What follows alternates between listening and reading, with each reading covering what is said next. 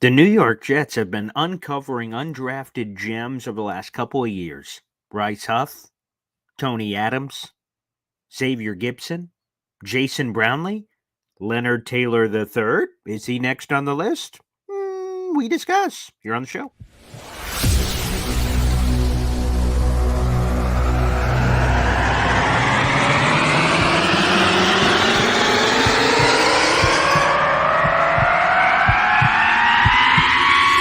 Zoinks! It is unequivocally the Super Bowl for New York Jet fans. Field Yates, baby. Field Gosh darn Yates. Let's bring him on the show. Come on, people. Connor Rogers is joining the show. What's up, Connor? But Trevor Gosh darn Sycamore, baby, for me, personally, my favorite New York Jet of all time. Wow, it's great to be on. What an intro that was right there. Paul, nobody does an intro like you, man. Paul, you give the best intro of literally any podcast that I've ever done. I'm gonna lose my gosh darn bananas.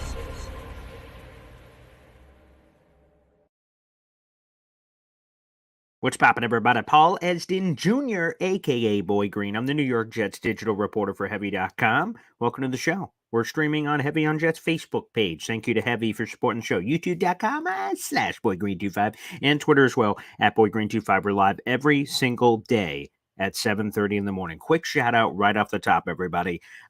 This will be a shorter show. It'll be just right around 30 minutes because as soon as this show's over, I'm running over to Jake Asman, who wanted me on his channel. So you guys can check me out there as well. So we'll be doing this 30-minute fun pack episode. We'll be jumping over there for Jake Asman. Then I'm going to be running to the radio station. And then we got Boy Green Meets Woody at 3 o'clock. Whew. Hopefully you guys can catch up on all that. So we have all that action happening. Wanted to say that right off the top rope. So that should be a lot of fun. So Jake invited me out. We'll be hanging out over there after. Everybody, make sure you guys like the video. Hit subscribe down below, baby. The channel is just growing, baby. You guys have been nurturing it. You have been watering it. You have been tending to it, and the channel has been exploding. So thank you to the wonderful people. If you're in the YouTube description, though, as you're liking things and kind of patrolling around, another thing you may want to check out is the article in this video because we may have another undrafted free agent gem. Some people make fun of Joe Douglas for some free agent signings, Carl Lawson, Corey Davis, and what have you. They're like, oh boy, Lakin, Tomlinson. Look at some of these moves. They have not worked out. But you want to know something that has worked out? UDFAs. Joe Douglas deserves a ton of credit. Joe Douglas deserves credit. The scouting staff deserves credit. The defensive coaching staff specifically, who have been, developing these guys like Bryce Huff. Think about this. Bryce Huff went from undrafted free agent to $51.1 million this offseason. That is the largest UDFA contract of any non-quarterback in history. Boom. Bryce Huff. Tony Adams is a starter on the back end of the defense. Thank you very much. So, unbelievable. It's spectacular. They've been doing that. And could Leonard Taylor III be the next one? Like I said, it's in the article down below, some more descriptions. But Connor Rogers of NBC Sports said on Badlands, the War Room, you guys got to upgrade to that channel. You know, the best New York Jets subscription-based podcast on the planet. He said about 10 months ago, Leonard Taylor III, the guy the Jets signed, he's a former Miami Hurricane defensive lineman, was projected as a first-rounder about 10 months ago. But then he went undrafted. And here is a scary quote. You guys can see the whole clip. It's in the article down below. We have limited time here, so I won't play the full clip. But here was a quote from Connor Rogers talking about Leonard Taylor III. Quote, "This was an interesting draft for the Jets that they didn't really roll the dice on any guys character-wise in the actual draft, but their UDFA market. Taylor is the headliner of their UDFA market. He is a guy who has Pro Bowl potential, but could also be like literally Ja'Kai Polite style out of the league in 2 years." Zoinks. Yikes. So that's the thing, but here's the great part. So, like, hearing Ja'Kai Polite gives me like the, you get the heebie-jeebies thinking about Ja'Kai Polite. A third-round pick being cut in the same year that he was a third-round pick months later? Like, that doesn't happen normally. Although for the Jets, they've cut fourth-rounders. Jalen Saunders, he didn't even make it. He was a fourth-round pick and then immediately cut. I'm going all down this winding road of Jets draft travesty. But the difference is okay, the Ja'Kai Polite thing happened, whatever, throw it out. that was a third-round pick. Leonard Taylor is an undrafted free agent. This is the perfect low-risk, high-reward move. If Taylor continues to struggle and have all the issues that he's had throughout his career, where he could have been a first-round pick, but apparently took plays off, and there's all kinds of other criticisms we'll get into from the article, from insiders that watched him on a play-to-play basis, that he, there's some level of lackadaisical nature, didn't maximize his potential and things of that nature. And if those troubling traits continue, he gets cut. See you later, pal. You don't even make the 53-man roster. God bless. You've blown your opportunity. See ya. Okay?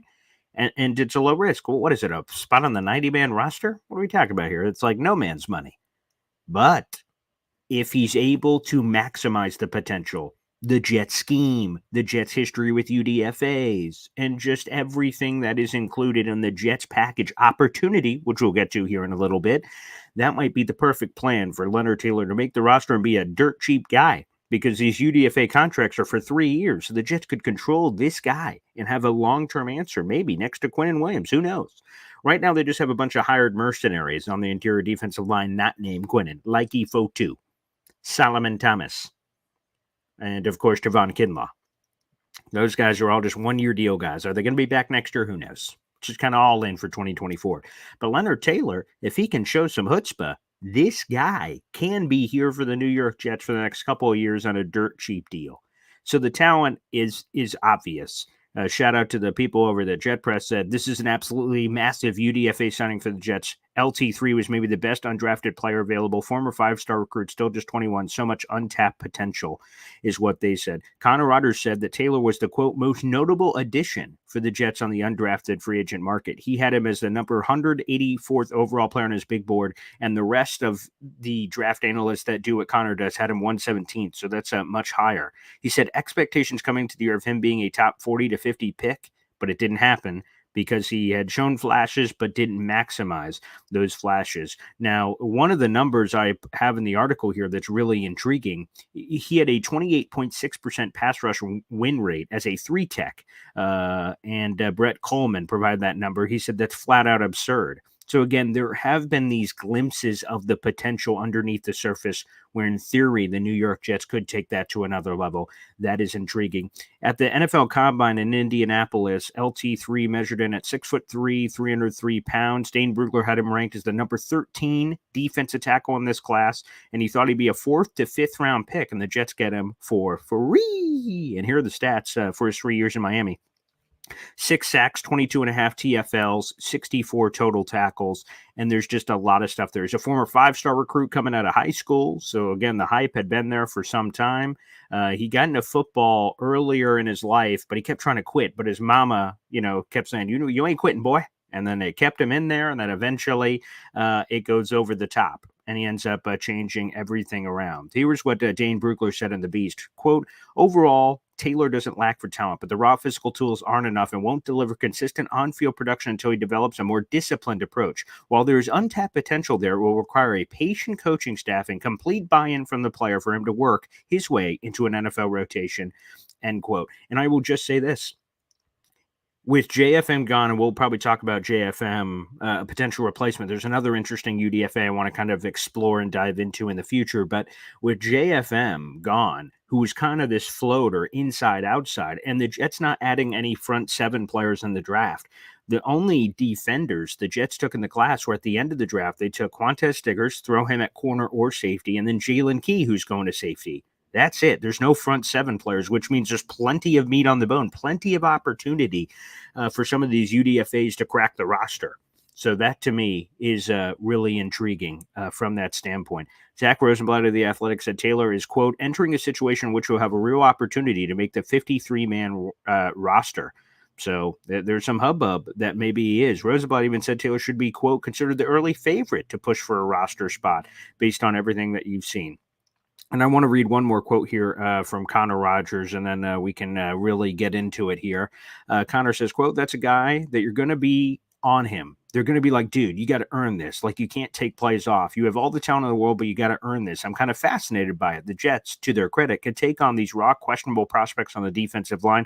They have great coaches. They have Quentin Williams. They have all those great guys on the defensive line. That was Connor Rogers on Badlands, the War Room edition. So I'm kind of fascinated. So I hear this from NY Jets FL. JFM, not a big loss, 3.5 sacks. It's not the production for me, because if you're a production guy, Hassan Reddick, he had 50.5 sacks. 50 and a half sacks over the last 4 years. So the sack production is absolutely wiped away. But the run stuffing is the thing that you want to see. I have an article that's dropping on Heavy. It's already on the website, but it's dropping on the Facebook page in about an hour. I wrote this last night. It's on the UConn kid, Watts. He's a guy who's a really good run stuffer. He was a top 10 at his position in college football last year. It's the run stuffing is the thing you really want to replace with JFM. The versatility, because he can cover multiple positions. It's hitting multiple birds with one stone, number one. Number two, it's the run stuffing ability. The Jets were in the bottom 8 in the league, or bottom 10, somewhere in that range. I don't have the stat in front of me, but I wrote it this morning. But they're like in the bottom 10 in run defense last year. Plus, one of your guys who prevented you from being any worse in JFM was also really good, according to the run stop win rate analytics. So you remove that piece from the table. You remove the back half terrible stats for run defense, and in theory, the numbers get worse. So the thing the Jets are going to have to juxtapose here are a couple of things. First off, I think the numbers are a little bit warped because the Jets had the worst quarterback play in the league last year, so a lot of teams played it conservative and ran the ball against the Jets. The Jets had the third most rushing attempts against them last year, which means that people were just like, their offense ain't going to run away from us. So as long as we don't shoot ourselves in the foot, we're going to be fine. So teams ran the ball a lot against the Jets. Again, third most in the league, rushing attempts against the New York Jets. I don't think that's going to be able to be the case in 2024, because with Aaron Rodgers, you should have more leads. And with more leads, teams are going to have to, start throwing the ball around, which should help the defense, because you could go lighter and start pass rushing all over the place, because when they have leads, they're passing, bing, boom, bam, get to some sacks. So it's not the pass rush production, from JFM that has to be desperately replaced, because he's never been a guy. In his 4 years with the Jets, he averaged 4.4 sacks per season on average when you get his numbers and kind of extrapolate them out. So it's 4.4 sacks. That's, that's whatever. It's the run stopping that you have to check for the Jets. Likey Fotu is kind of replacing the Al Woods on the defensive line. Plus, like I said, the philosophy of playing with more leads, I think that also is going to have that as well. Let's see this. Ricky, New York. Paul, didn't the Jets have the most rushing attempts during the fourth quarter of games last year? I'm pretty sure they did. I don't have the specific to the quarter, but that wouldn't surprise me based on the numbers. Because it speaks all back to the same thing. So it's very interesting. Let's go to our boy, Dom C, Project Prospect. Good to hear back from our buddy. LT3 is the shiny toy and big name. I think Eric Watts and Braden McGregor, the Michigan kid, for those counting at home, and Eric Watts is the UConn kid, have a much better chance to win a spot in the final 53. I think all three have an intriguing, we'll see how many of the spots end up being available, but let's let those three chase it. And all of those guys, by the way, all projected as day 3 picks. The Jets didn't use a single draft pick on any of them, and they end up being UDFA deals. But Dom C sharing his opinion that Watts and McGregor have the better spot to the roster. I respect Dom C's opinion very much, so it's good to hear. Yeah, we'll get into a lot of this. Big Snacks hype. Oh, that'd be phenomenal. I love Damon Snacks Harrison. We got to get him on the show. That'd be another fun one to get on the show. By the way, I hear people talking about the Joe Douglas. Is this year 6? This is absolutely year 6. He was hired in June of 2019. So he had 2019 season, 2020 season, 2021, 2022, and 2023. And then now we're getting to 2024. He absolutely. Now, some people try not to give him the blame of that season, although they went 7-9 with Adam Gase, but they try not to give him the blame of that season because the ingredients were in. The hay was in the barn, as coaches like to say. The hay was in the barn, and he just kind of ran the operation. He did a couple of things after that, like trying to convince Ryan Khalil out of retirement to come on the team, and a couple of those moves that he controlled. But this is 1,000% year 6, which also goes back to the original conversation that Saleh, Douglas, those deals running up, what do you do? It all depends, of course, on the team success. So 100% year 6 for Joe Douglas. Let's see. Mitch Staff asks on YouTube, the Jets really could match up against just about any defense's weakness. Is Hackett up to the task? $1 million question, Mitch. Will the presence of Aaron Rodgers mitigate the concerns we have about Nathaniel Hackett? For me, I like to believe so, but you don't know. You like, for instance, Rich Cimini had some good stats on Malachi Corley, where so put Malachi Corley aside for a second. So the Jets didn't throw a lot of scrimmage action, screens, and things to their wide receivers. Okay, that was the facts last year. Now that may be based on personnel, but that's a fact. Then you go to Malachi Corley, who dominates in that realm as I punch this thing over here. And he dominates in I'm a hand speaker. I like moving my hands around. I don't know why, because I'm like on the radio, so no one sees my hand movement. That's neither here nor there, I guess. But anywho, the fact of the matter is Malachi Corley dominates in that realm. Is Nathaniel Hackett going to adapt to the numbers and force feed? Because that's how Malachi Corley kind of works, that you have to like kind of give you manufactured touches, jet sweep screens, pop-ups, flares, all those kind of things. You have to kind of orchestrate that into the offense. So that can't just be the offense runs normally. Oh, wow. And there's Corley. At this point, it doesn't seem like that's going to be part of his game. So that'll be kind of curious to me. That'll be kind of curious to see if Hackett can. But I will be honest, Mitch, there's nothing I can say that will convince you one way or the other. No matter what numbers I bring up or statistics or analytics or what have you, where you're going to be like, yeah, you know what, Paul, I'm all in on Hackett. Probably not. All out on Hackett, maybe. I can tell you terrible numbers that happened with the Jets offense last year. Like, hey, boy, I just don't believe in this guy. But I think that's the key piece of the puzzle here, quite frankly. Let me try to answer a few more questions. I'll open the phone lines, and like I said, we can only be on for a short amount of time because I got to run over to Jake Ashman. People were asking if I could stream it to this channel. I will try to do that so you guys can watch it here as soon as I hop in. I imagine there won't be much turnover time. I'll be hopping off this show, jumping over there, but I will try to do that for you guys. JD was hired after free agency. See, like John Sauer, he does not count the first year. And a lot of people don't. I know the Badlands people don't give him the 7 wins from that season. They don't give him credit. To me, again, he was there. It is what it is. It was unique to allow Mike Maccagnan the free agency and draft. But by the way, let's give a quick shout out to Mike Maccagnan, who drafted Quinnen Williams. Yeah, that was pretty good. Quinnen Williams turned out. He's the highest paid player in Jets franchise history. And then C.J. Mosley. What a leader. Where would we be without C.J. Mosley? So maybe Mike Maccagnan needs to be a little bit higher than our general manager or former executive of the year, baby. Maybe he deserves a little bit more love. When you really review the tape, C.J. Mosley, Quinnen Williams, what wonderful,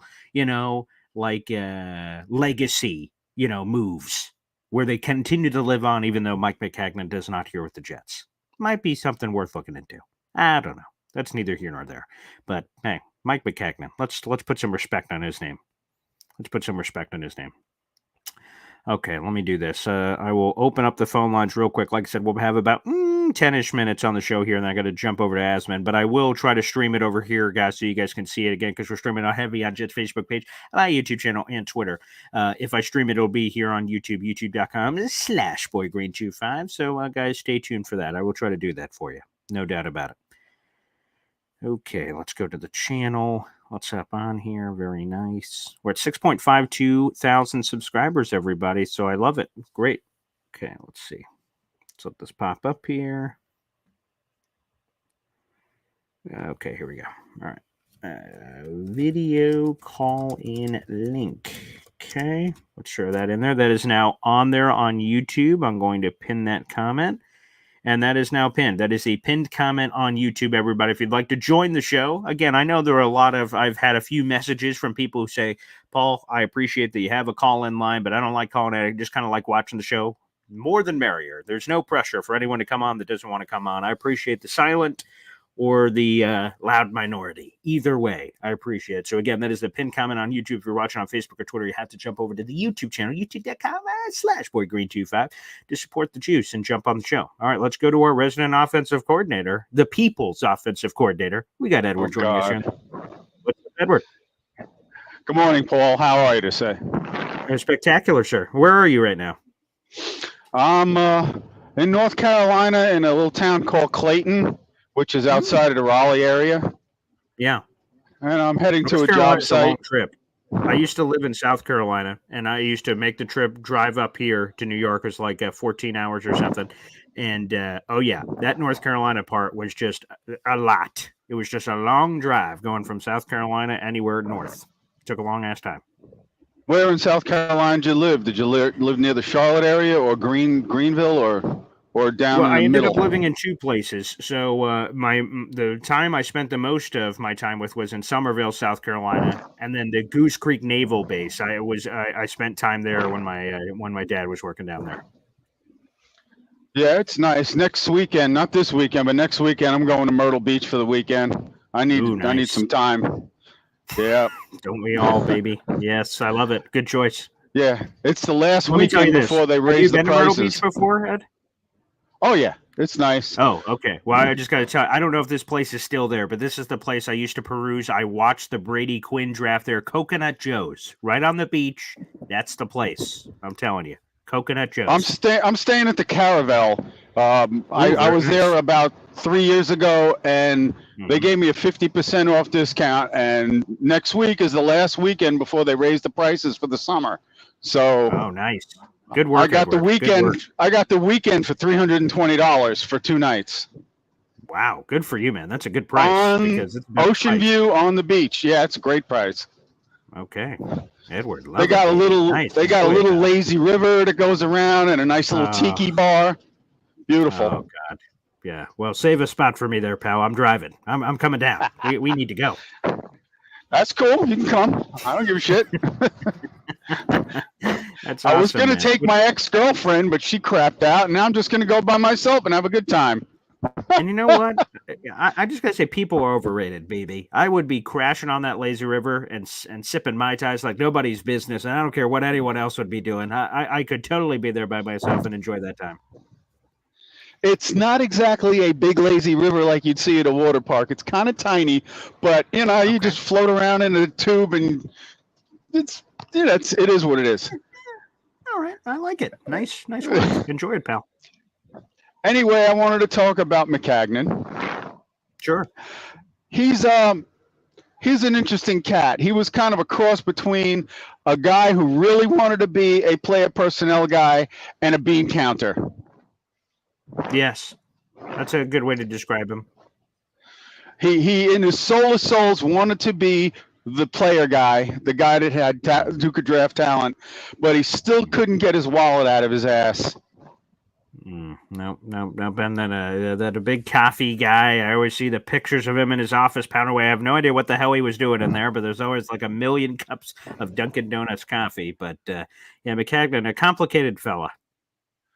Yeah, the only thing was, I think that the Johnsons made a big mistake not just letting Douglas have that draft. If they were going to fire him, they should have just fired him. But maybe they were giving him one last shot to see if he wouldn't screw up too bad. That's a dangerous game to play. I think you're right. I think I would have preferred just the guillotine chop beforehand and let a GM actually go through to let someone spend all your money. And that was a historic offseason. They tried to get Anthony Barr that offseason. That missed out. They get Mosley. I mean, they threw a lot of bones around. Le'Veon Bell was in that free agency. They threw a lot of crazy crap around in that free agency. And for that to go up, yep, you're fired. All right, Joe Douglas, save everything. It's just still wild. I still can't believe that happened. And the other thing is, if we don't win this year, that is not on Joe D. That will be completely on the coaching staff. And if they don't make the playoffs this year, it should be Sally get fired. Ooh, so you're cool with keeping JD? Yeah, I mean, why not? I mean, look at the magic he's done, the trades he's made, the personnel that he's brought in. Okay, Aaron got hurt last year, and it kind of threw a monkey wrench in, and he screwed up on the backup quarterback. But other than that, he's been pretty solid. I agree with you. The only thing that concerns me is the thing that's happened a lot over the last decade of Jets football is the GM and head coach not being aligned. Is that if Saleh was to go and Douglas was to survive, Douglas would be on a much like, hey, pal, you haven't won yet, you better win. And that new head coach is like, let's just kind of get our feet wet and figure out the process. That's just the thing I fear is that they're on different mentalities. So that's the only problem with it. But I love Douglas. I know a lot of people hate him, but I love him. Think about the UDFAs, the trades, man, all of it. I just think there's been a lot more good than bad.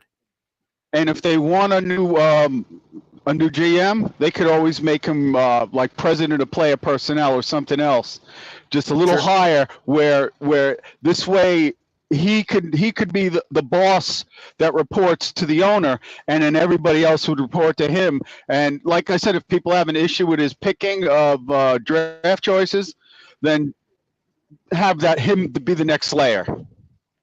Yeah, I like that. That makes a lot of sense. Well, Edward, enjoy your trucking, pal, and I can't wait for you to get to that vacation next week. Well deserved, buddy. Right. And One more question. Oh yeah, go ahead. Go ahead. Who would you pick as head coach if Saleh gets cut? My top choices would be Ben Johnson, the Lions OC. It would be very interesting to get an offensive guy in here for the first time that's not Adam Gase. So he would be interesting. I think the Texans kid is too young, Slowick. I think that's a little too green for me. So I'd probably lean Ben Johnson would be my gut right now. But there's a couple of guys out there that might tickle my fancy. Maybe a guy that's done it before would be interesting if you have a retread. There's been some successful retreads in history. So one of those two at the. I would lean towards a retread. Yeah. Yeah, and there's nothing wrong with that. To get someone who's actually done it and let's just go, let's fire it up. And I think JD would probably be intrigued by that too, instead of another young kid / inexperienced. I think that would be off-putting. I think that would work best. All right, you have a good day. I'll watch you on Jake Asman in a little bit. All right, beautiful. Thanks, Edward, for that. All right, our final call here will be the wonderful Alan gracing us with his presence. Good morning, Alan. Trust me, even my wife doesn't call me that, but I appreciate that. Thank you so Look at much. that. The punter love. Tory Taylor rocks. Very nice, Alan. That is my boy. Okay. God bless him in Chicago, round 4. Yeah. I got to counter easy on his comment about after this season. I ask all these Douglas lovers, how many years do you give him until he actually has to win? That's what year 6. Yeah. I don't get it. People are like, oh, he's done such a great job. Look at his free agency. Big name free agents. Besides DJ Reed, they've been horrible. Horrible. Yeah, Tomlin. Carl Lawson. Corey Davis. Davis. Lazard. I'm not going Lazard. Oh. Yeah. Okay. Besides the first 4 picks in 2022, which were great. Yeah, awesome. His drafts have been okay. He busted on the quarterback. He did not pick the right left tackle or tackle in general.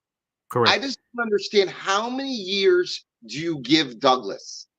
And I know people are like, oh, Howie Roseman fired Doug Peterson and got a chance. Doug Peterson won a championship there, and Howie Roseman led that. So please, I don't detest Douglas. I detest Saleh. I don't dislike Douglas. He's an average general manager, okay? But until you win, the idea of giving him year after year after year, what do you want to keep him till 2030, year 11, and him not winning anything? That's what I don't understand.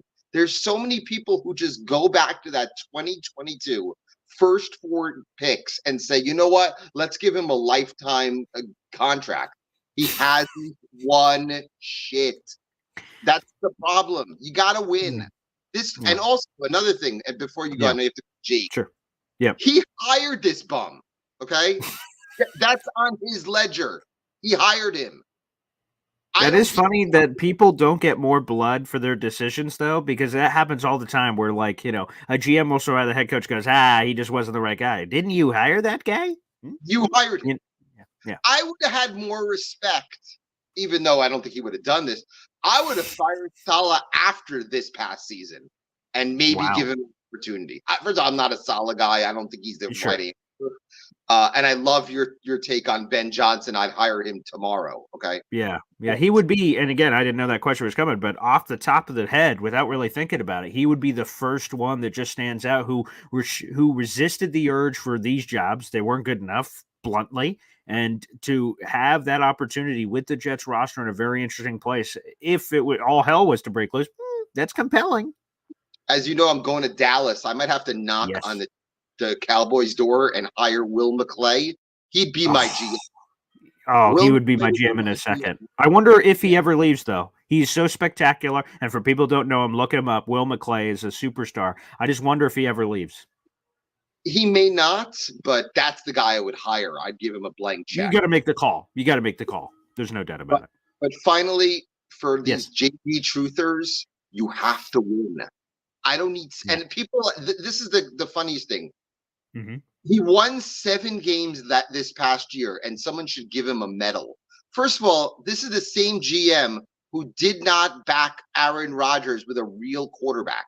That's on him. He decided to keep Zach Wilson throughout the whole year. Okay. He did not bring a legit backup after Aaron got hurt for what? 6 weeks, 5 weeks. Mm-hmm.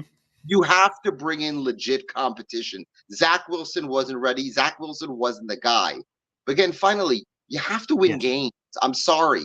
I don't understand the idea of a GM is only judged based on the players you brought in. It's not true. You're judged based on wins and losses. You're judged based on the guy you brought in as a head coach. And also you're judged by players that you've brought in. But it's a complete package. You cannot be just judged by 4 players in the 2022 draft when you're 20 games under 500 or 25 games under 500. I'm sorry. I know I got destroyed on Asman because I made that comment yesterday when he's like, oh, Douglas should get a pass and they should just fire Saleh. I'm like, are you kidding me? He kept that clown. He should get fired as well. Yeah, it's a fair point, Alan. I got to jump over to Jake, but it's true. He's got to win, and I think that's what I don't know if everyone agrees, but I think if season goes to shit, everyone's getting canned, and we'll see what happens. Thanks everybody for tuning in. Got to jump over to Jake Asman. Like I said, I'll try to stream that also over to this audience here on YouTube.com/BoyGreen25. Stay tuned. I will see you guys in a bit. Thanks for tuning in, and thank you to the 400 people for watching. Peace.